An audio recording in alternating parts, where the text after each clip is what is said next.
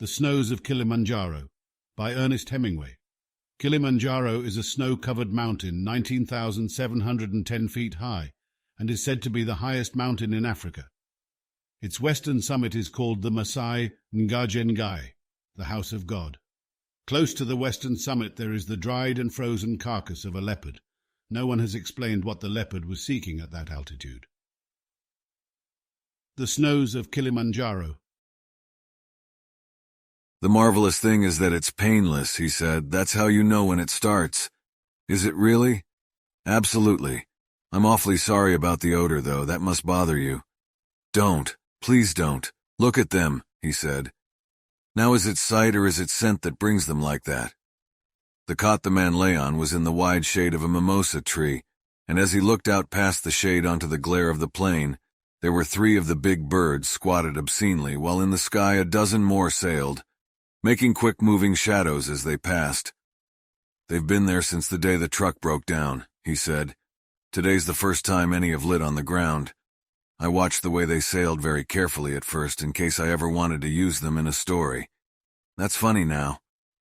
I wish you wouldn't, she said. I'm only talking, he said.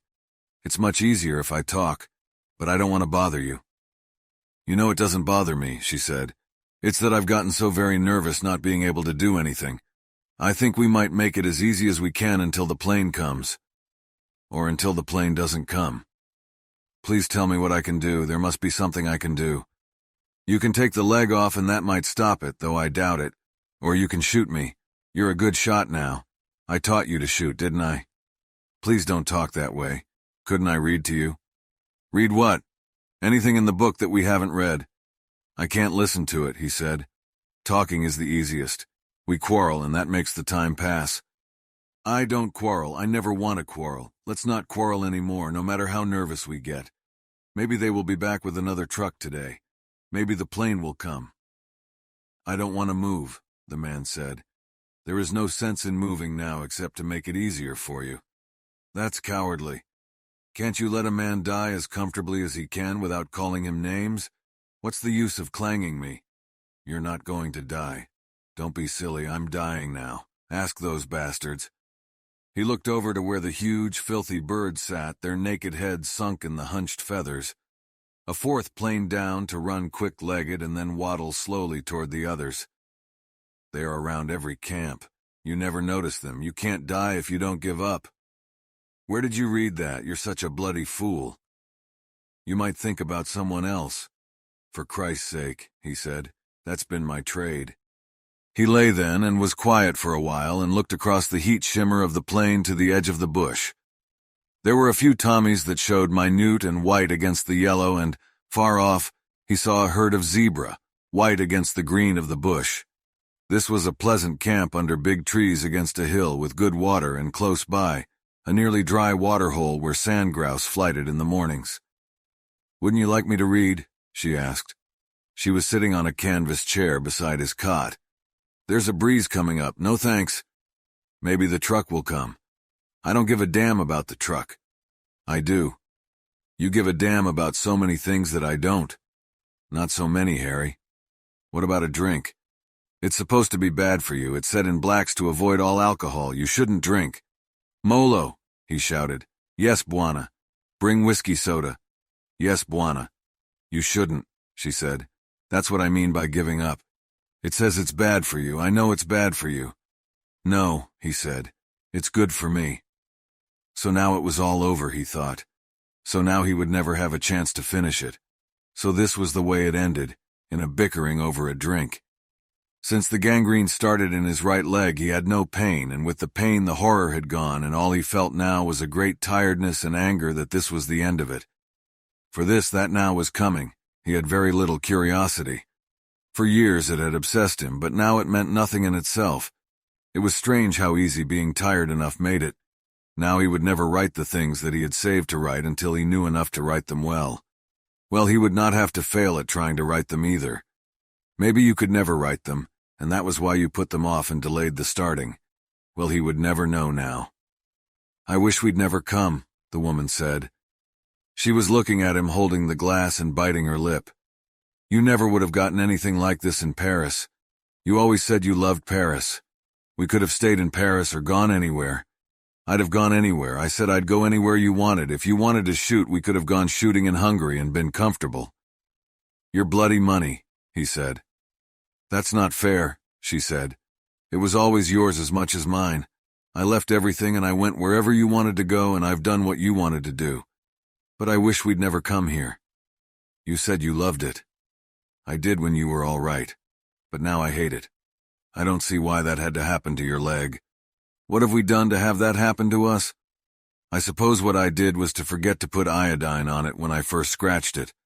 Then I didn't pay any attention to it because I never infect. Then later, when it got bad, it was probably using that weak carbolic solution when the other antiseptics ran out that paralyzed the minute blood vessels and started the gangrene. He looked at her. What else? I don't mean that. If we would have hired a good mechanic instead of a half-baked Kikuyu driver, he would have checked the oil and never burned out that bearing in the truck. I don't mean that.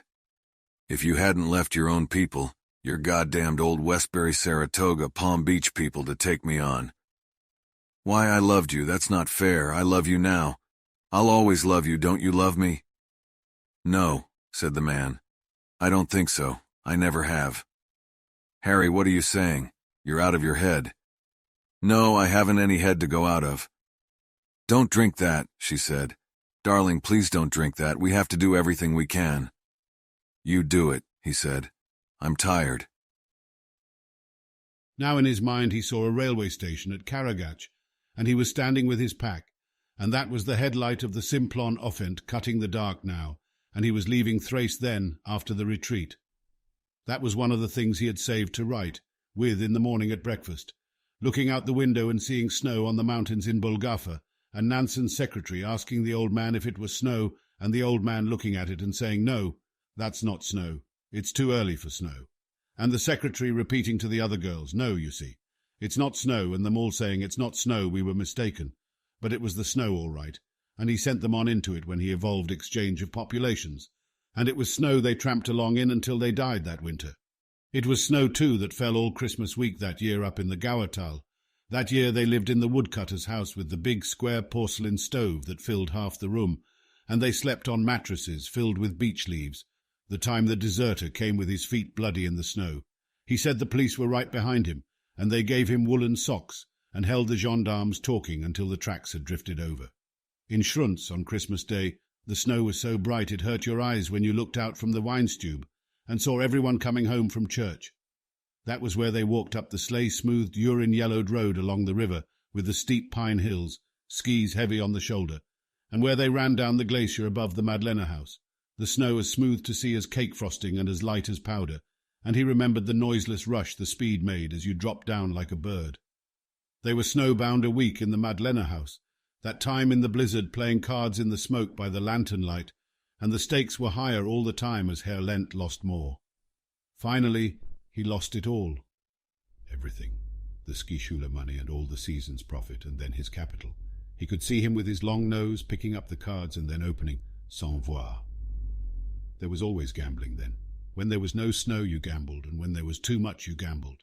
He thought of all the time in his life he had spent gambling, but he had never written a line of that, nor of that cold, bright Christmas day, with the mountains showing across the plain, that Barker had flown across the lines to bomb the Austrian officers' leave train, machine-gunning them as they scattered and ran. He remembered Barker afterwards coming into the mess and starting to tell about it, and how quiet it got, and then somebody saying, "You bloody murderous bastard." Those were the same Austrians they killed then that he skied with later. No, not the same. Hans, that he skied with all that year, had been in the Kaiser Jagers, and when they went hunting hares together up the little valley above the sawmill, they had talked of the fighting on Pasubio, and of the attack on Perticara and Assalone, and he had never written a word of that. Nor of Monte Corona, nor the Sette Communi, nor of Arciero. How many winters had he lived in the Vorarlberg and the Arlberg? It was 4, and then he remembered the man who had the fox to sell when they had walked into Bludenz, that time to buy presents, and the cherry-pit taste of good kirsch, the fast-slipping rush of running powder snow on crust, singing, "Hi! Ho!" said Rolly. As you ran down the last stretch to the steep drop, taking it straight, then running the orchard in 3 turns, and out across the ditch and onto the icy road behind the inn, knocking your bindings loose, kicking the skis free and leaning them up against the wooden wall of the inn, the lamplight coming from the window, where inside, in the smoky new wine-smelling warmth, they were playing the accordion. "Where did we stay in Paris?" he asked the woman who was sitting by him in a canvas chair, now in Africa. "At the Crillon, you know that." "Why do I know that?" "That's where we always stayed." "No, not always. There and at the Pavillon Henri IV in Saint-Germain. You said you loved it there." "Love is a dunghill," said Harry, "and I'm the cock that gets on it to crow." "If you have to go away," she said, "is it absolutely necessary to kill off everything you leave behind? I mean, do you have to take away everything? Do you have to kill your horse and your wife and burn your saddle and your armor?" "Yes," he said. "Your damn money was my armor, my sword and my armor." "Don't." "All right, I'll stop that. I don't want to hurt you." "It's a little bit late now." "All right then. I'll go on hurting you. It's more amusing. The only thing I ever really liked to do with you I can't do now." "No, that's not true. You liked to do many things, and everything you wanted to do I did." "Oh, for Christ's sake, stop bragging, will you?" He looked at her and saw her crying. "Listen," he said, "do you think that it is fun to do this? I don't know why I'm doing it. It's trying to kill to keep yourself alive, I imagine. I was all right when we started talking. I didn't mean to start this, and now I'm crazy as a coot and being as cruel to you as I can be. Don't pay any attention, darling, to what I say. I love you, really. You know I love you. I've never loved anyone else the way I love you." He slipped into the familiar lie he made his bread and butter by. "You're sweet to me." "You bitch," he said. "You rich bitch. That's poetry. I'm full of poetry now. Rotten poetry. Stop it, Harry. Why do you have to turn into a devil now?" "I don't like to leave anything," the man said. "I don't like to leave things behind." It was evening now, and he had been asleep. The sun was gone behind the hill, and there was a shadow all across the plain, and the small animals were feeding close to camp. Quick dropping heads and switching tails, he watched them, keeping well out away from the bush now. The birds no longer waited on the ground. They were all perched heavily in a tree. There were many more of them. His personal boy was sitting by the bed. "Mem Sahib's gone to shoot," the boy said. "Does Bwana want?" "Nothing." She had gone to kill a piece of meat, and knowing how he liked to watch the game, she had gone well away so she would not disturb this little pocket of the plain that he could see. She was always thoughtful, he thought, on anything she knew about or had read or that she had ever heard. It was not her fault that when he went to her he was already over. How could a woman know that you meant nothing that you said, that you spoke only from habit and to be comfortable? After he no longer meant what he said, his lies were more successful with women than when he had told them the truth. It was not so much that he lied as that there was no truth to tell. He had had his life and it was over, and then he went on living it again with different people and more money, with the best of the same places and some new ones. You kept from thinking, and it was all marvelous. You were equipped with good inside so that you did not go to pieces that way, the way most of them had, and you made an attitude that you cared nothing for the work you used to do, now that you could no longer do it.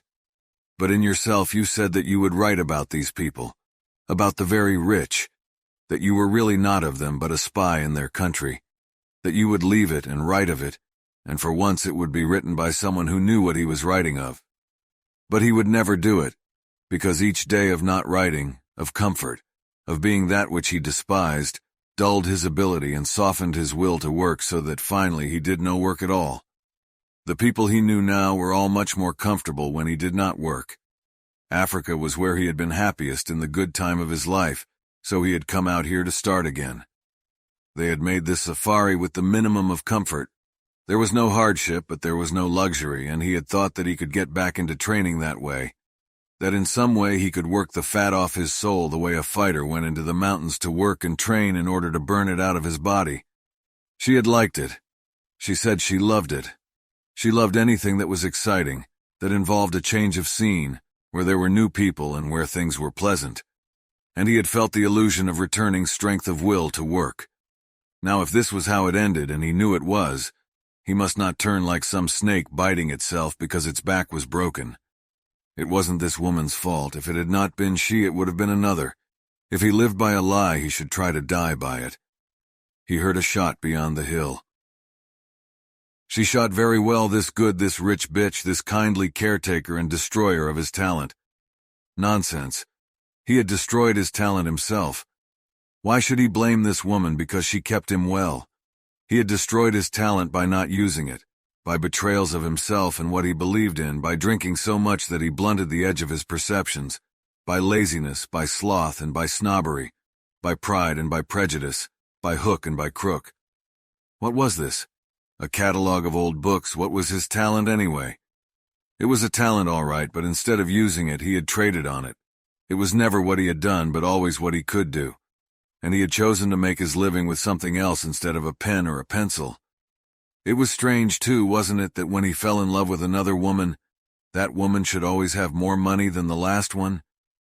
But when he no longer was in love, when he was only lying, as to this woman now who had the most money of all, who had all the money there was, who had had a husband and children, who had taken lovers and been dissatisfied with them, and who loved him dearly as a writer, as a man, as a companion and as a proud possession.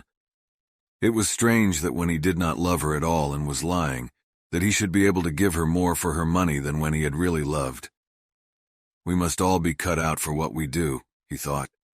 However you make your living is where your talent lies. He had sold vitality in one form or another all his life, and when your affections are not too involved, you give much better value for the money. He had found that out, but he would never write that now either. No, he would not write that, although it was well worth writing. Now she came in sight, walking across the open toward the camp. She was wearing jodhpurs and carrying her rifle. The two boys had a Tommy slung and they were coming along behind her. She was still a good-looking woman, he thought, and she had a pleasant body. She had a great talent and appreciation for the bed. She was not pretty. But he liked her face. She read enormously, liked to ride and shoot, and certainly she drank too much. Her husband had died when she was still a comparatively young woman, and for a while she had devoted herself to her two just-grown children who did not need her and were embarrassed at having her about, to her stable of horses, to books, and to bottles. She liked to read in the evening before dinner, and she drank scotch and soda while she read. By dinner she was fairly drunk, and after a bottle of wine at dinner she was usually drunk enough to sleep. That was before the lovers. After she had the lovers she did not drink so much because she did not have to be drunk to sleep. But the lovers bored her. She had been married to a man who had never bored her, and these people bored her very much.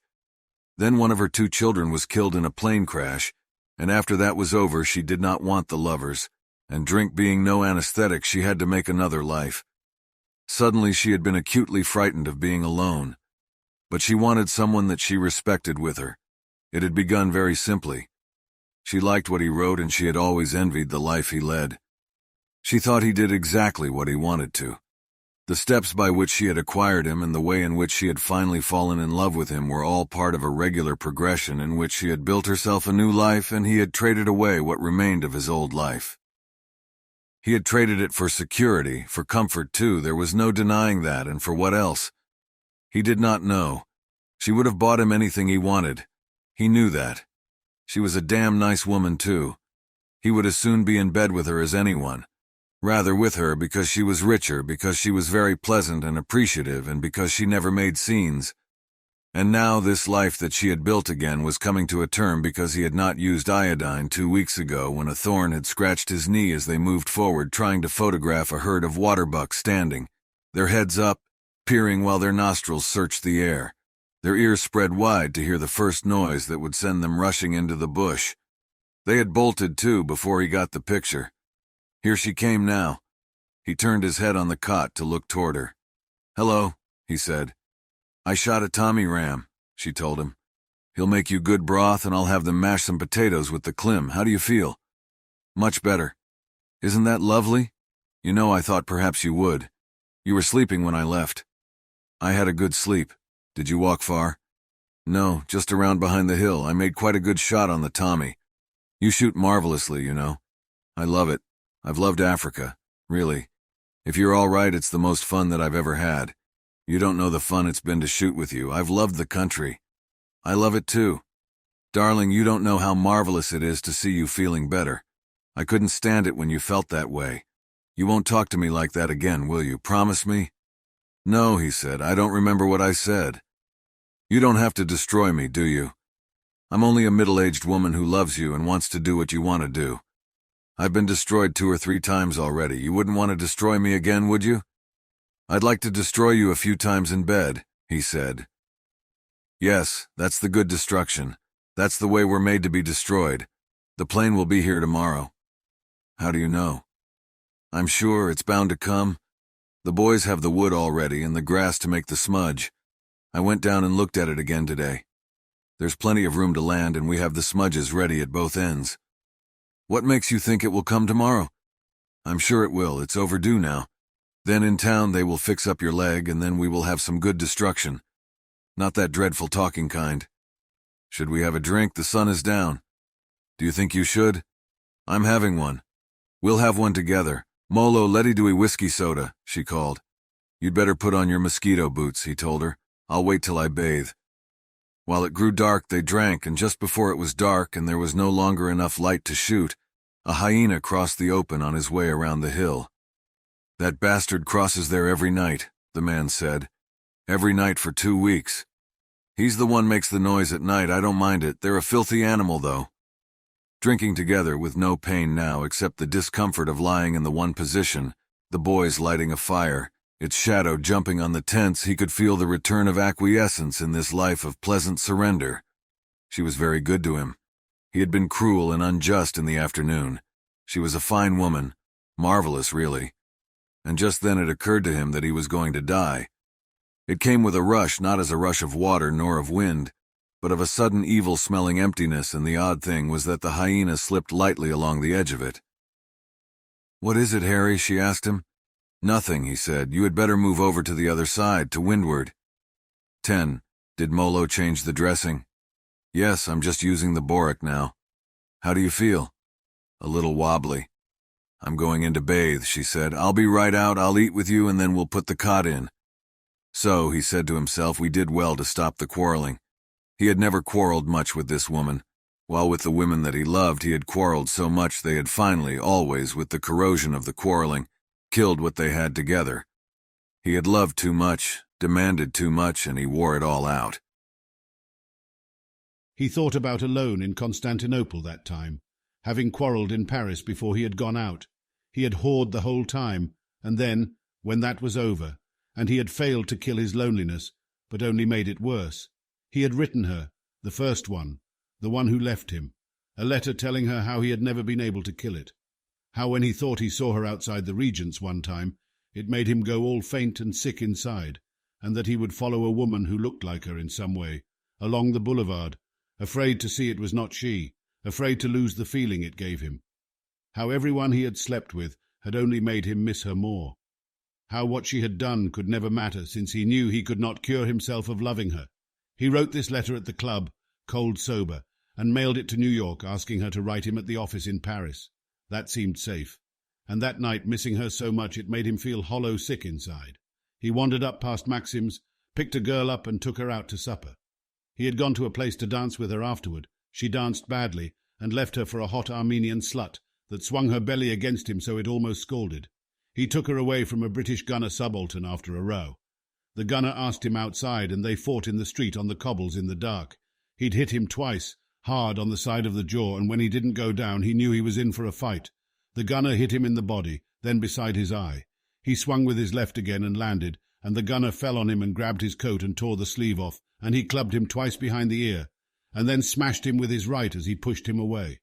When the gunner went down, his head hit first, and he ran with the girl, because they heard the MPs coming. They got into a taxi and drove out to Rimini Hisar along the Bosphorus, and around and back in the cool night, and went to bed, and she felt as overripe as she looked, but smooth, rose-petal, syrupy, smooth-bellied, big-breasted, and needed no pillow under her buttocks. And he left her before she was awake, looking blousy enough in the first daylight, and turned up at the Pera Palace with a black eye, carrying his coat because one sleeve was missing.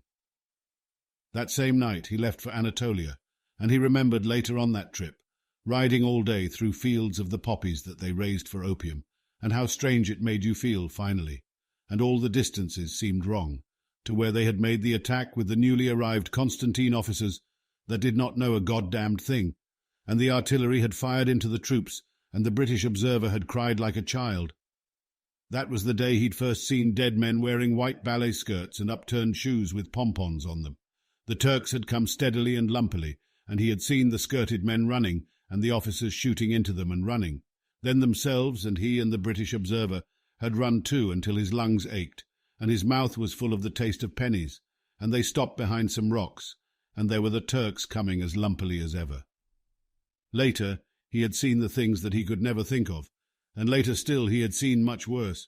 So when he got back to Paris that time, he could not talk about it or stand to have it mentioned. And there in the café as he passed was that American poet with a pile of saucers in front of him, and a stupid look on his potato face, talking about the Dada movement with a Romanian who said his name was Tristan Tzara, who always wore a monocle and had a headache, and back at the apartment with his wife that now he loved again. The quarrel all over, the madness all over. Glad to be home, the office sent his mail up to the flat. So then the letter in answer to the one he'd written came in on a platter one morning, and when he saw the handwriting he went cold all over and tried to slip the letter underneath another. But his wife said, "Who is that letter from, dear?" And that was the end of the beginning of that. He remembered the good times with them all and the quarrels. They always picked the finest places to have the quarrels. And why had they always quarrelled when he was feeling best? He had never written any of that because at first he never wanted to hurt anyone, and then it seemed as though there was enough to write without it. But he had always thought that he would write it finally. There was so much to write. He had seen the world change, not just the events, although he had seen many of them and had watched the people, but he had seen the subtler change, and he could remember how the people were at different times. He had been in it, and he had watched it, and it was his duty to write of it. But now he never would. "How do you feel?" she said. She had come out from the tent now after her bath. "All right. Could you eat now?" He saw Molo behind her with the folding table and the other boy with the dishes. "I want to write," he said. "You ought to take some broth to keep your strength up." "I'm going to die tonight," he said. "I don't need my strength up." "Don't be melodramatic, Harry, please," she said. "Why don't you use your nose? I'm rotted halfway up my thigh now. What the hell should I fool with broth for? Molo, bring whiskey soda." "Please take the broth," she said gently. "All right." The broth was too hot. He had to hold it in the cup until it cooled enough to take it, and then he just got it down without gagging. "You're a fine woman," he said. "Don't pay any attention to me." She looked at him with her well-known, well-loved face from spur and town and country, only a little the worse for drink, only a little the worse for bed. But town and country never showed those good breasts and those useful thighs and those lightly small of back caressing hands, and as he looked and saw her well-known pleasant smile, he felt death come again. In. This time there was no rush. It was a puff as of a wind that makes a candle flicker and the flame go tall. "They can bring my net out later and hang it from the tree and build the fire up. I'm not going in the tent tonight. It's not worth moving. It's a clear night. There won't be any rain." "So this was how you died, in whispers that you did not hear." Well, there would be no more quarreling. He could promise that. The one experience that he had never had he was not going to spoil now. He probably would. "You spoiled everything." But perhaps he wouldn't. "You can't take dictation, can you?" "I never learned," she told him. "That's all right." There wasn't time, of course, although it seemed as though it telescoped so that you might put it all into one paragraph if you could get it right. There was a log house, chinked white with mortar, on a hill above the lake. There was a bell on a pole by the door to call the people in to meals. Behind the house were fields, and behind the fields was the timber.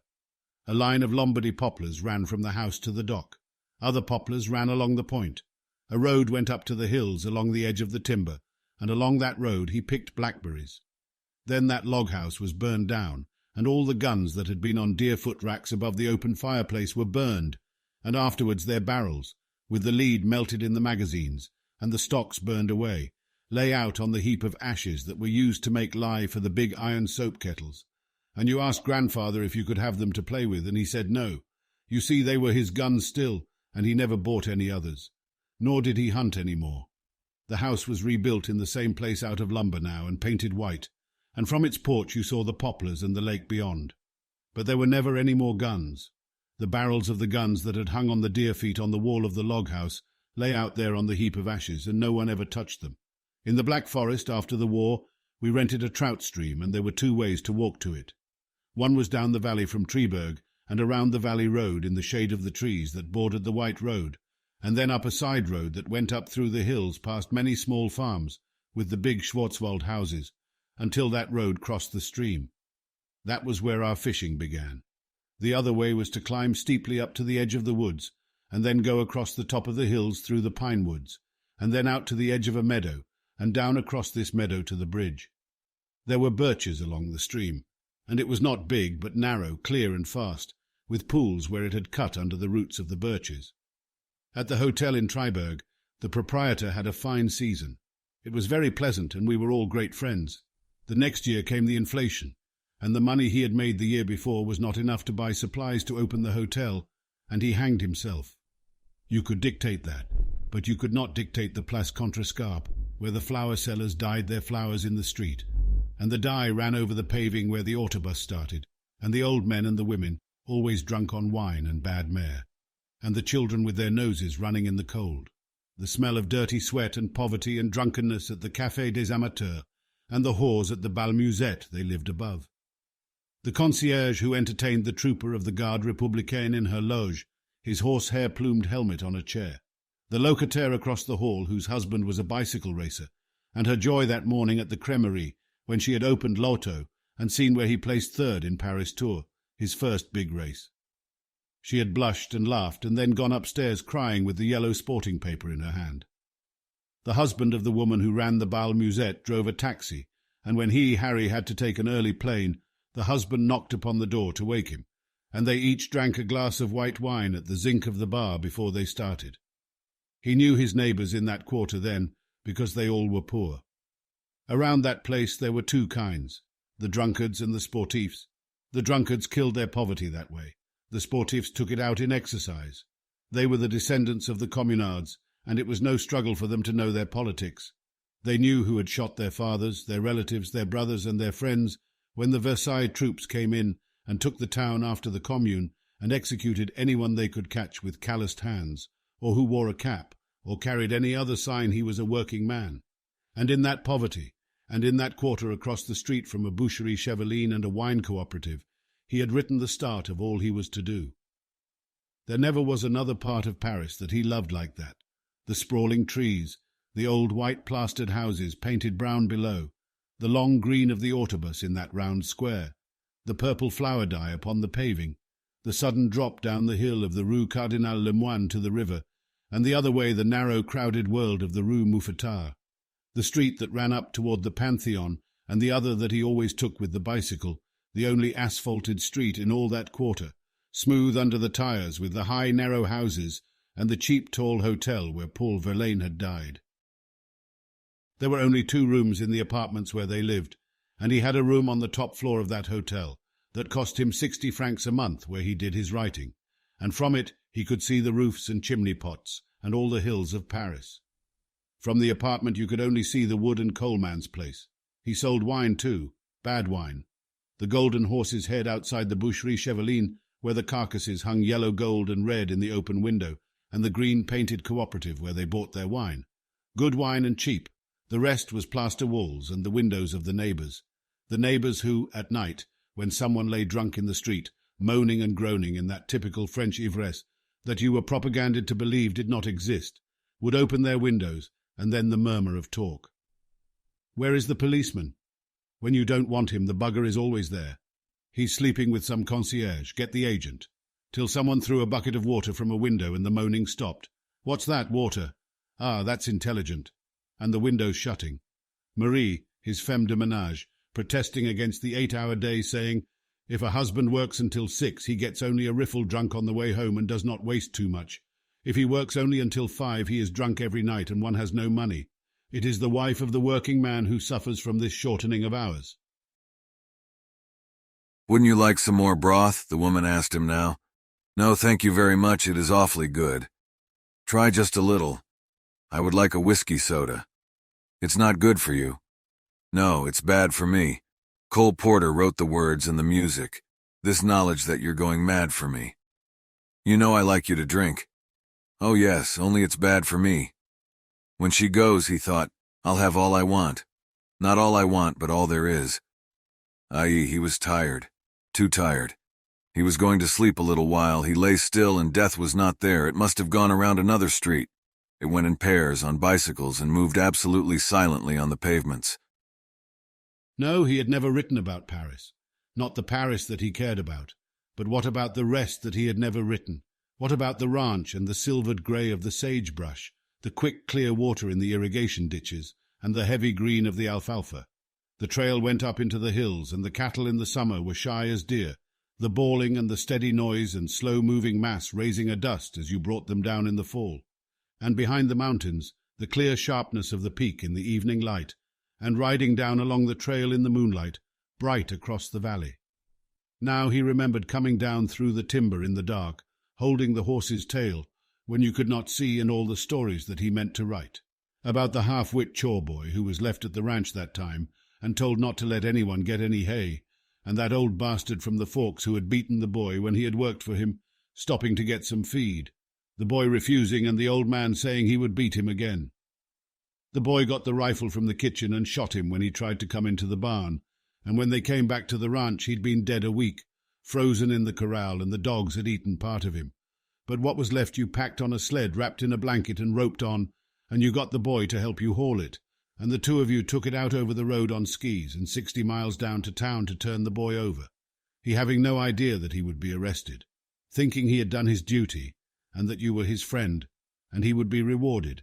He'd helped to haul the old man in so everybody could know how bad the old man had been, and how he'd tried to steal some feed that didn't belong to him. And when the sheriff put the handcuffs on the boy, he couldn't believe it. Then he'd started to cry. That was one story he had saved to write. He knew at least 20 good stories from out there, and he had never written one. Why? You tell them why, he said. Why what, dear? Why nothing, he said. She didn't drink so much now since she had him, but if he lived he would never write about her, he knew that now, nor about any of them. The rich were dull and they drank too much or they played too much backgammon. They were dull and they were repetitious. He remembered poor Julian and his romantic awe of them, and how he had started a story once that began, "The very rich are different from you and me," and how someone had said to Julian, "Yes, they have more money." But that was not humorous to Julian. He thought they were a special glamorous race, and when he found they weren't, it wrecked him just as much as any other thing that wrecked him. He had been contemptuous of those who wrecked. You did not have to like it because you understood it. He could beat anything, he thought, because no thing could hurt him if he did not care. All right. Now he would not care for death. One thing he had always dreaded was the pain. He could stand pain as well as any man until it went on too long and wore him out, but here he had something that had hurt frightfully, and just when he had felt it breaking him, the pain had stopped. He remembered long ago when Williamson, the bombing officer, had been hit by a stick bomb someone in a German patrol had thrown, as he was coming in through the wire that night, and screaming, had begged everyone to kill him. He was a fat man, very brave, and a good officer, although addicted to fantastic shows. But that night he was caught in the wire, with a flare lighting him up, and his bowels spilled out into the wire. So when they brought him in, alive, they had to cut him loose. "Shoot me, Harry, for Christ's sake, shoot me." They had had an argument one time about our Lord never sending you anything you could not bear, and someone's theory had been that meant that at a certain time the pain passed you out automatically. But he had always remembered Williamson that night. Nothing passed out Williamson until he gave him all his morphine tablets that he had always saved to use himself, and then they did not work right away. Still, this now that he had was very easy, and if it was no worse as it went on, there was nothing to worry about, except that he would rather be in better company. He thought a little about the company that he would like to have. No, he thought, when everything you do too long and do too late, you can't expect to find the people still there. The people all are gone. The party's over and you are with your hostess now. I'm getting as bored with dying as with everything else, he thought. It's a bore, he said out loud. What is, my dear? Anything you do too bloody long. He looked at her face between him and the fire. She was leaning back in the chair and the firelight shone on her pleasantly lined face, and he could see that she was sleepy. He heard the hyena make a noise just outside the range of the fire. "I've been writing," he said, "but I got tired." Do you think you will be able to sleep? Pretty sure. Why don't you turn in? I like to sit here with you. Do you feel anything strange? He asked her. No, just a little sleepy. I do, he said. He had just felt death come by again. You know, the only thing I've never lost is curiosity, he said to her. You've never lost anything. You're the most complete man I've ever known. Christ, he said. How little a woman knows. What is that? Your intuition? Because just then death had come and rested its head on the foot of the cot, and he could smell its breath. Never believe any of that about a scythe and a skull, he told her. It can be two bicycle policemen as easily, or be a bird, or it can have a wide snout like a hyena. It had moved up on him now, but it had no shape anymore. It simply occupied space. Tell it to go away. It did not go away, but moved a little closer. You've got a hell of a breath, he told it. You stinking bastard. It moved up closer to him still, and now he could not speak to it. And when it saw he could not speak, it came a little closer. And now he tried to send it away without speaking. But it moved in on him, so its weight was all upon his chest, and while it crouched there and he could not move or speak, he heard the woman say, Bwana is asleep now. Take the cot up very gently and carry it into the tent. He could not speak to tell her to make it go away, and it crouched now, heavier, so he could not breathe.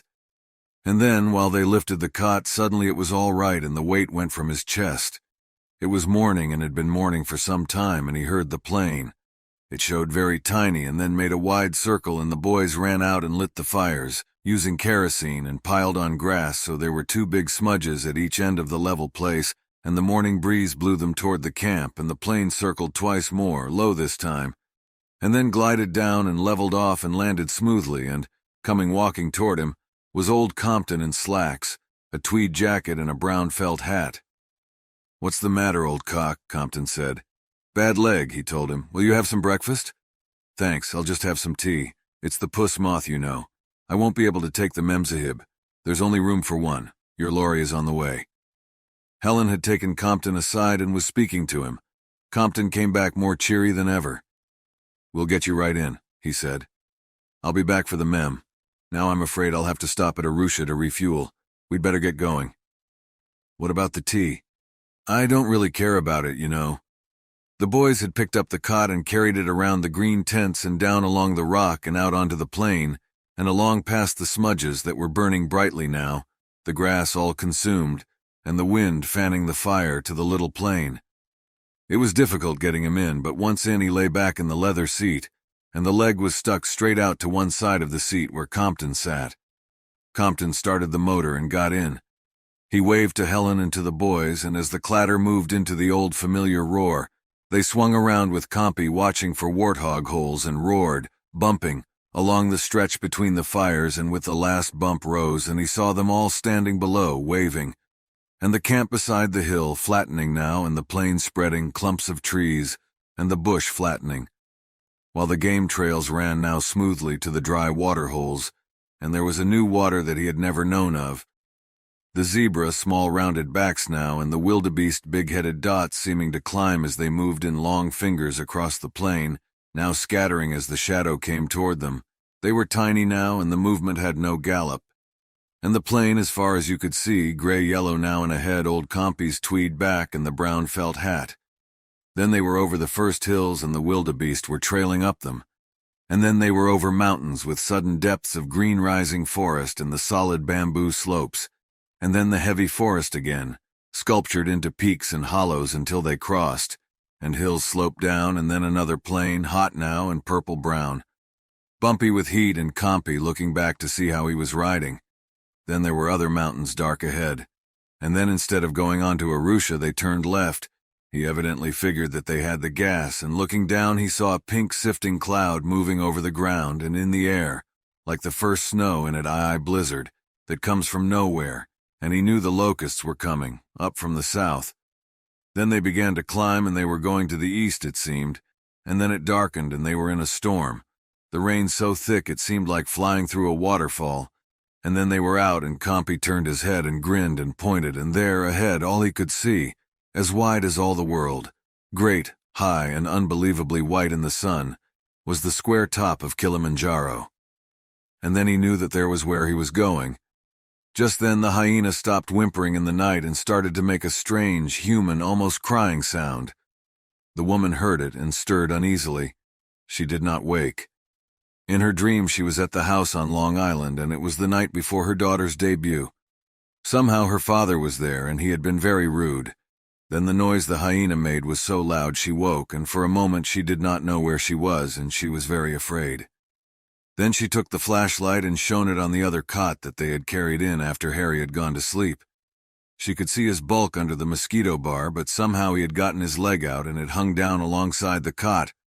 The dressings had all come down and she could not look at it.